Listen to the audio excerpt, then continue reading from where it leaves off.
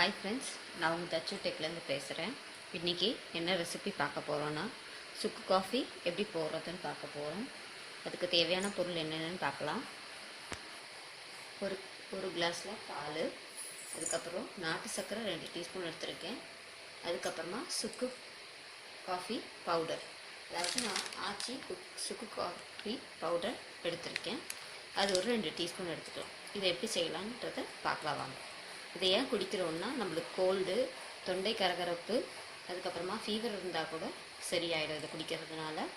இது எப்படி செய்யறதுன்னு இன்றைக்கி பார்ப்போம் வாங்க.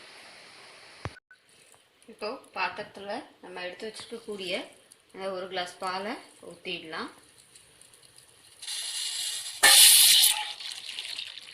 நான் இன்றைக்கி சுக்கு காஃபியை பாலில் போடுறேன். நீங்கள் வெறும் தண்ணியில் கூட போட்டு குடிக்கலாம். நான் இன்றைக்கி பாலில் எப்படி போடுறதுன்னு காட்டுறேன். தண்ணியில் போடுறது ஒன்றும் வித்தியாசம் இல்லை. இப்போ பாலில் எப்படி போடுறோமோ அதே மாதிரி தான் தண்ணியில் போடுறதும். வாங்க, இப்போ நம்ம எடுத்து வச்சுருக்கக்கூடிய சுக்கு காஃபி பவுடரை போட்டுடலாம். ரெடிமேடாக விற்கிறதுனால இதை நான் வாங்கி யூஸ் பண்ணுறேன். அடுத்த தடவை வீட்டிலே எப்படி சுக்கு காஃபி பவுடர் போடுறதுன்றதை நான் வீடியோவாக போடுறேன். இப்போ இதை நம்ம சர்க்கரையை சேர்த்துக்கலாம்.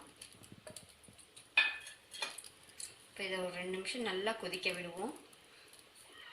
கொதித்த பிறகு எப்படி இருக்குன்னு பார்ப்போம். இப்போ சுக்கு காஃபி 2 நிமிஷம் நல்லா கொதித்து வர ஆரம்பிச்சிருச்சு. பார்த்திங்கன்னா உங்களுக்கே தெரியும். பார்த்திங்கன்னா நல்லா கொதிக்க ஆரம்பிச்சிருச்சு. இப்போ இதை வடிகட்டி எடுத்து கப்பில் ஊற்றிக்கலாம். இப்போது சுவையான டேஸ்டான சுக்கு காஃபி ரெடி ஆகிடுச்சு. இதை நான் வடிகட்டி நல்லா ஆற்றி எடுத்து வச்சுருக்கேன். இதை குடிக்கிறதுனால என்ன நன்மைகள்னால், கோல்டு, ட்ரை காஃப், அதுக்கப்புறமா தொண்டை கரகரப்பு, ஃபீவர் இருந்தால் கூட சரியாயிடும்.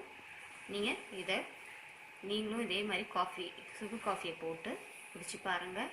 எதனா உடம்புல ஜலதோஷம், ஃபீவர் எதனா இருந்தால் கூட குணமாயிடும். நீங்களும் இதை ட்ரை பண்ணி பாருங்கள்.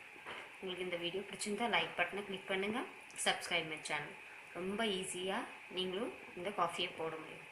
ட்ரை பண்ணி பாருங்கள். உங்களிடமிருந்து விடைபெறுவது உங்கள் தச்சுட்டி. தேங்க்யூ.